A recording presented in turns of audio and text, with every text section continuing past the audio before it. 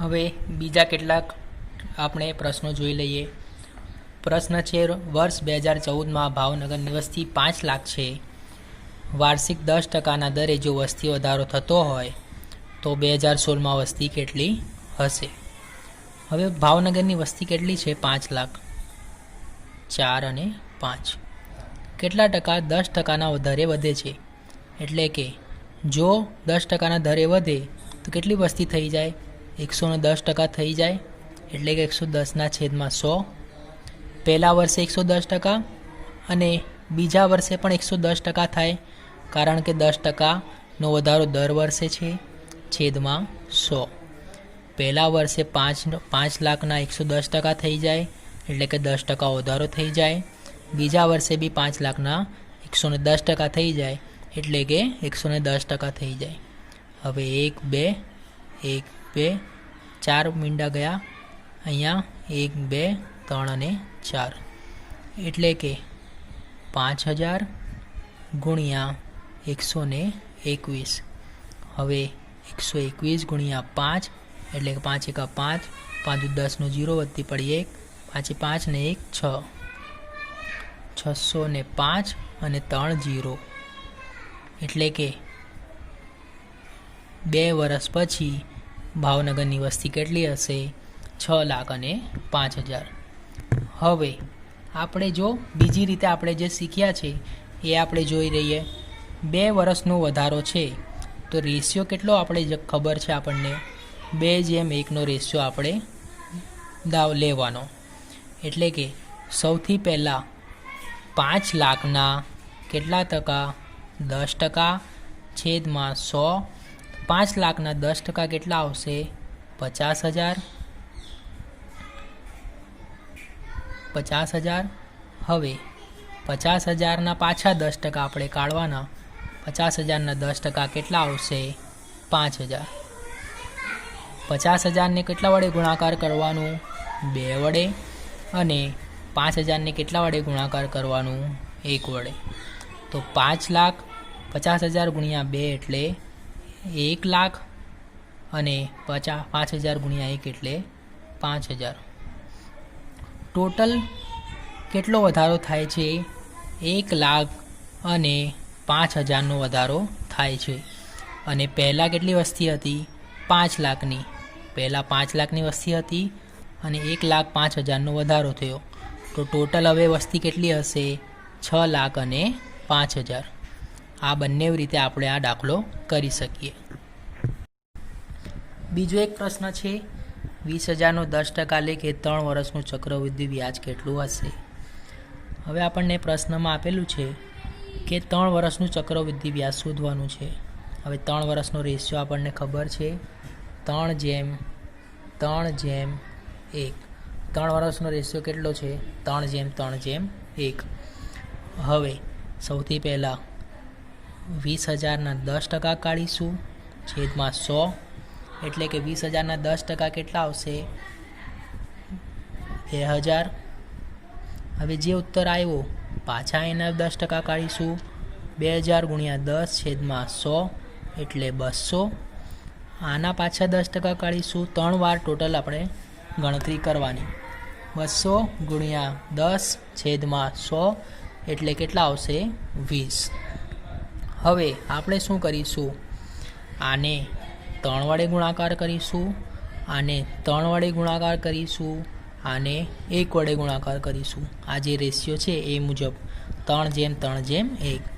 તો 2 તાલી કેટલા આવે? 6,000. 200 તાલી એટલે 600, અને 20 એટલે 20 એકા 20. તો અહીંયા 0, અહીંયા 2, અહીંયા 6 અને અહીંયા 6. તો કેટલું આવશે ચક્રવૃદ્ધિ વ્યાજ? 6,620 રૂપિયા. ચક્રવૃદ્ધિ વ્યાજ 6,620 રૂપિયા. હવે બીજો કેટલાક પ્રશ્નો જોઈ લઈએ. કોઈ એક રકમ ચક્રવૃદ્ધિ વ્યાજે 3 વર્ષના અંતે અને 2 વર્ષના અંતે અનુક્રમે 10:11ના ગુણોત્તરમાં છે, તો વ્યાજનો દર શોધો.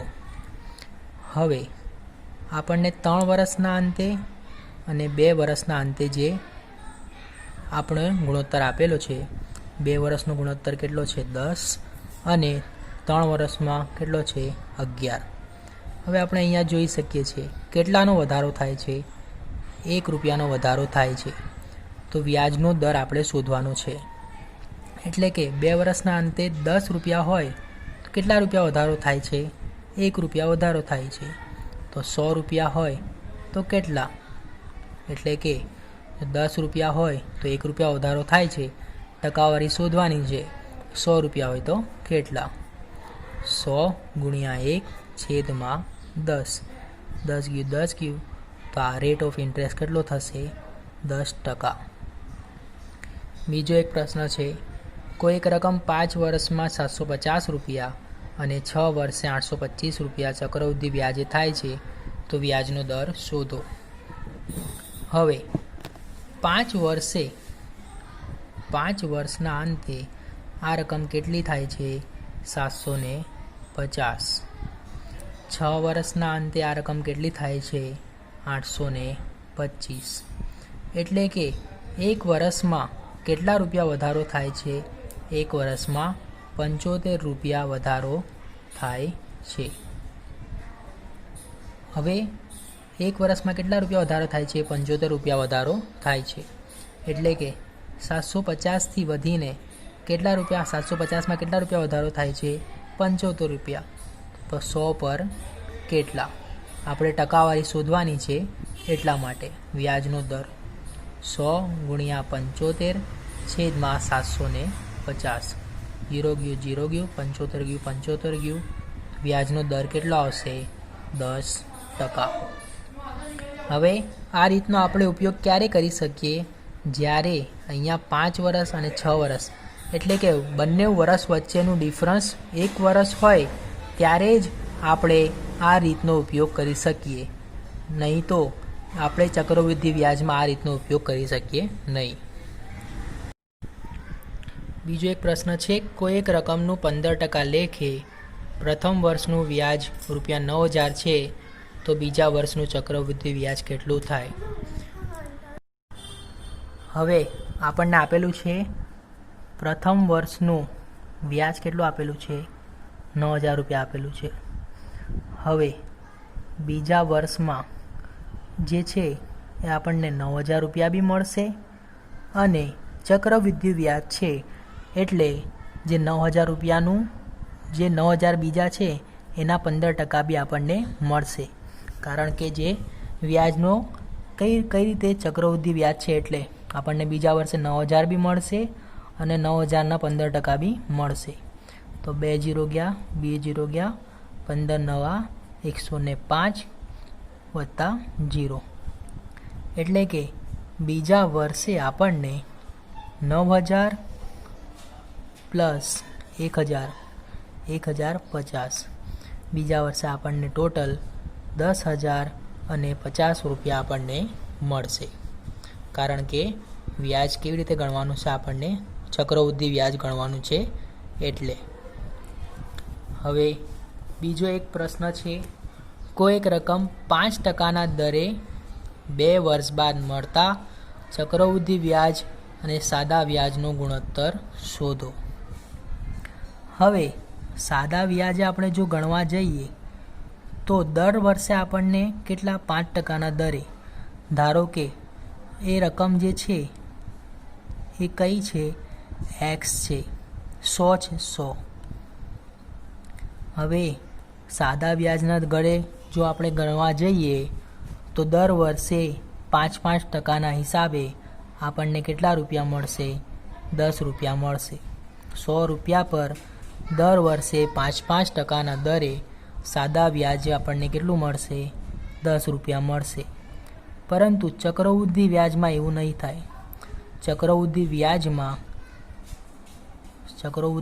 આપણે જ્યારે ગણવાનું હોય ત્યારે પહેલા વર્ષે 100ના 5% મળશે. એટલે કે પહેલા વર્ષે આપણને કેટલા રૂપિયા મળશે, 5 રૂપિયા મળશે. હવે આ જે 5 રૂપિયા છે એ શું થશે, બીજા વર્ષે એમાં એડ થઈ જશે, વ્યાજ અને મુદ્દલમાં એડ થઈ જશે. તો બીજા વર્ષે રકમ કેટલી બની જશે, 105 રૂપિયા. તો બીજા વર્ષે આપણને 105 રૂપિયા પર એને 5% આપણને વળતર મળશે. એટલે કે બીજા વર્ષે આપણને 20 50 100. હવે આને આપણે ભાગાકાર કરીએ તો 4 50 20, અહીંયા 21 ગુણ્યા 5 એટલે 105, 5 5 કટ, 21 ભાગ્યા 4, 21 ભાગ્યા 4 એટલે 5, 5 ચોક 20, 5 દુ 10 અને 5 5 25. એટલે સાદા વ્યાજે આપણને કેટલો મળશે? વ્યાજ 10% મળશે અને ચક્રવૃદ્ધિ વ્યાજે આપણને કેટલું વ્યાજ મળશે? 10.25%. એટલે ચક્રવૃદ્ધિ વ્યાજ અને સાદા વ્યાજનો ગુણોત્તર કેટલો થશે? 10.25/10%. અને જો આવી રીતે આપણને ના ગણવું હોય, બીજો કોઈ ઓપ્શન આપેલો હોય, એટલે કે 1025/100, 1025/1000, અહીંયા આપણે 100 વડે ગુણાકાર કર્યું. એટલે હવે 1025/1000 એટલે કે 25 ગુણ્યા 41 છેદમાં 25 ગુણ્યા 40. અહીંયા બી 100 વડે ગુણાકાર કર્યું, આને બી 100 વડે ગુણાકાર કર્યું. હવે 25 અને 25 ગયા એટલે ચક્રવૃદ્ધિ વ્યાજ અને સાદા વ્યાજનું ગુણોત્તર આપણને કયો મળશે? 40/41. કેટલા મળશે? 40/41.